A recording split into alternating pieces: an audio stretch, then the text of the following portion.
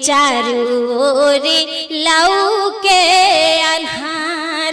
ए बाबा चारू ओर लौके अन्हार। चुटकी भर से नूरा बिकाई गैला बाबा के रच को ना कैला विचार।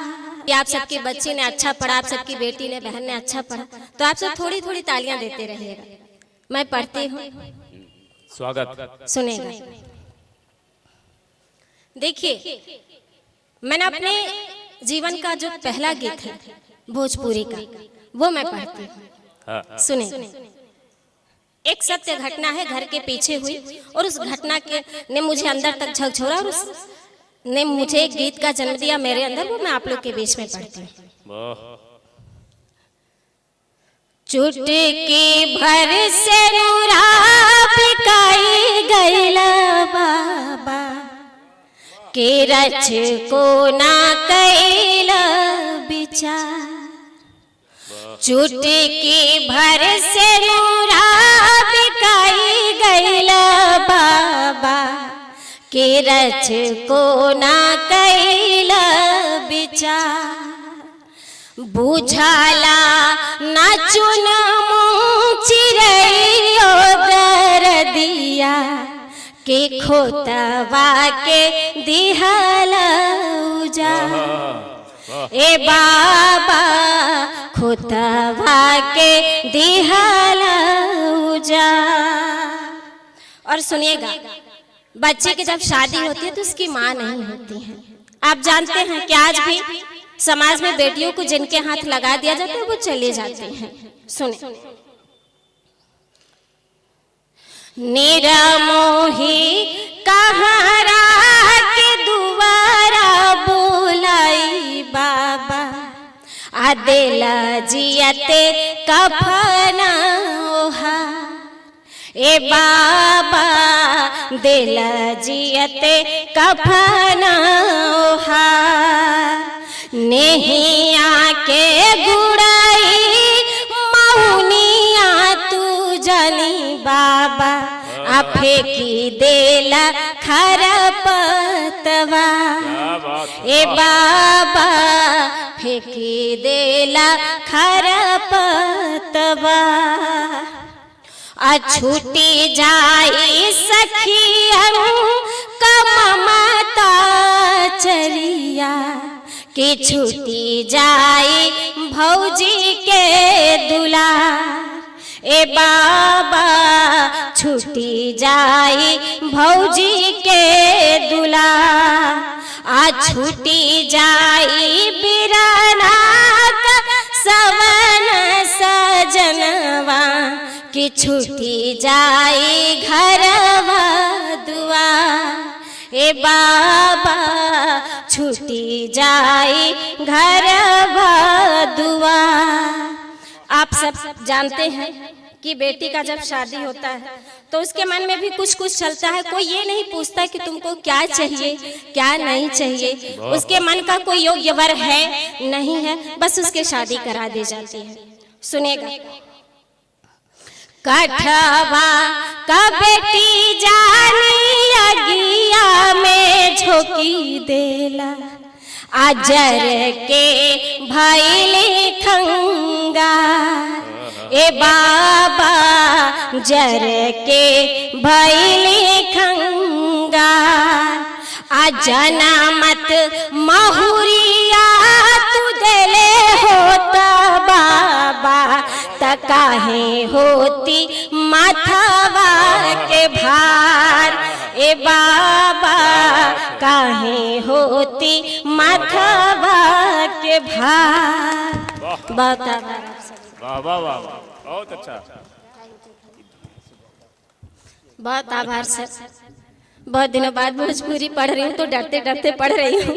सुनिएगा कि माई मोरी रहती करे जवा सटाई लेती असहती ना दुखवा हमार। ए बाबा सहती न दुखवा हमार आ जिंदगी तना गम पिटारी भइल बा कि चारू ओरी लऊ के अन्हार ए बाबा चारू ओरी लऊ के अन्हार।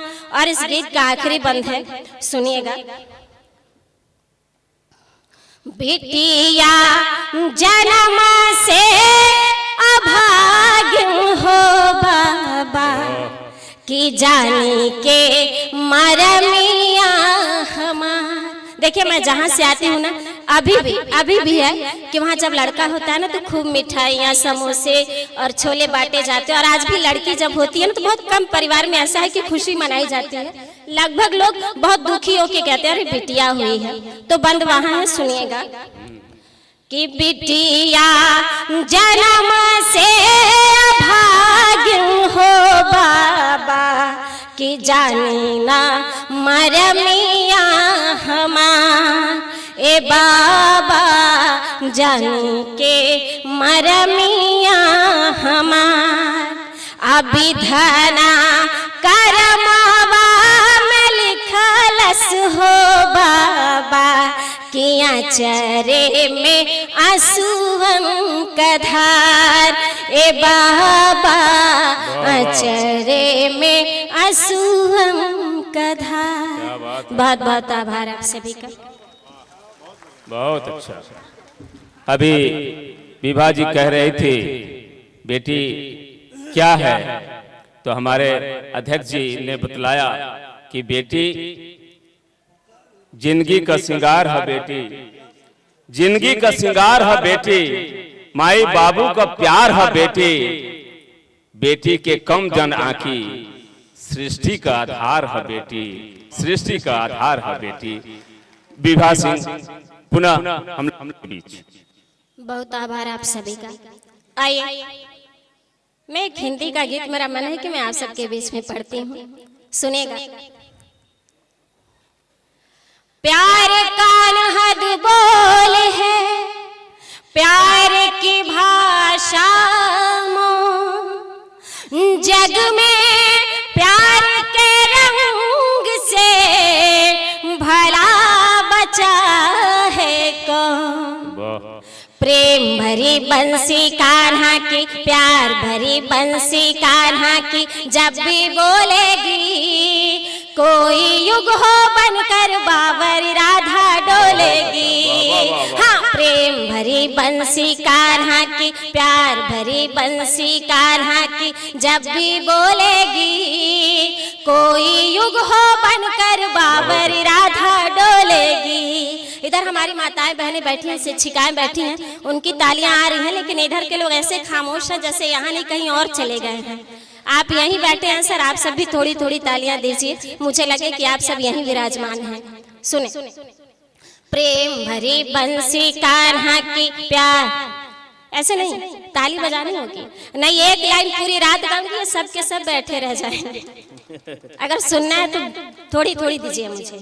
प्रेम भरी बंसी कान्हा की, प्यार भरी बंसी कान्हा की जब भी बोलेगी कोई युग हो बनकर बाबर राधा डोलेगी। हाँ कोई युग हो बनकर बाबर राधा डोलेगी। जिस पर कोई जोर चले ना और लगे ना पहरा, जिस पर कोई जोर चले ना और लगे ना पहरा, प्यार तो अपने मन का मालिक खुद का राजा ठहरा।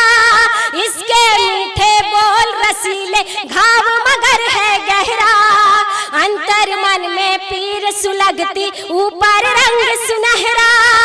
प्रेम दीवानी मर जाएगी, प्रेम दीवानी मर जाएगी, राज न खोलेगी कोई युग हो बनकर बाबर राधा डोलेगी।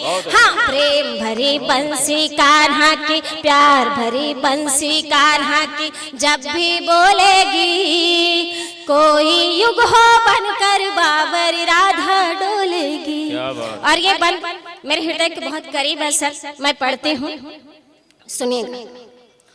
मथुरा बैरी होवे चाहे वृंदावन हो दुश्मन, मथुरा बैरी होवे चाहे वृंदावन हो दुश्मन, खुशी मिलन की मिले कि चाहे विरह की डस ले नागन, प्यार न माना है कब आखिर प्रतिबंधों का बंधन, कृष्ण बिना हो मीरा जैसे सांस बिना हो जीवन, प्यार की खातिर कांटों पर भी, प्यार की खातिर कांटों पर भी हंसकर सोलेगी, कोई युग हो बनकर बाबर राधा डोलेगी। हाँ, प्रेम भरी बंसी कान्हा की, प्यार भरी बंसी कान्हा की जब भी बोलेगी, कोई युग हो बनकर बाबर राधा डोलेगी। और इस गीत का सर आखिर बंद में पढ़ती हूँ और अपना जगह लूंगी, सुनिएगा।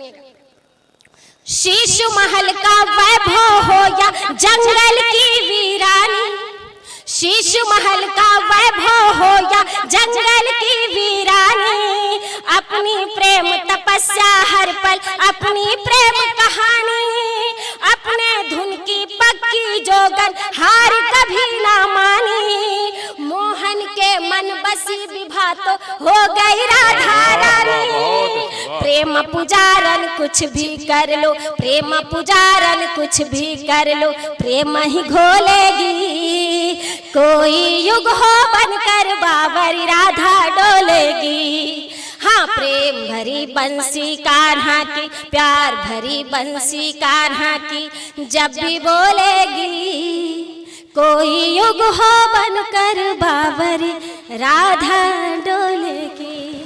बहुत आभार आप सब।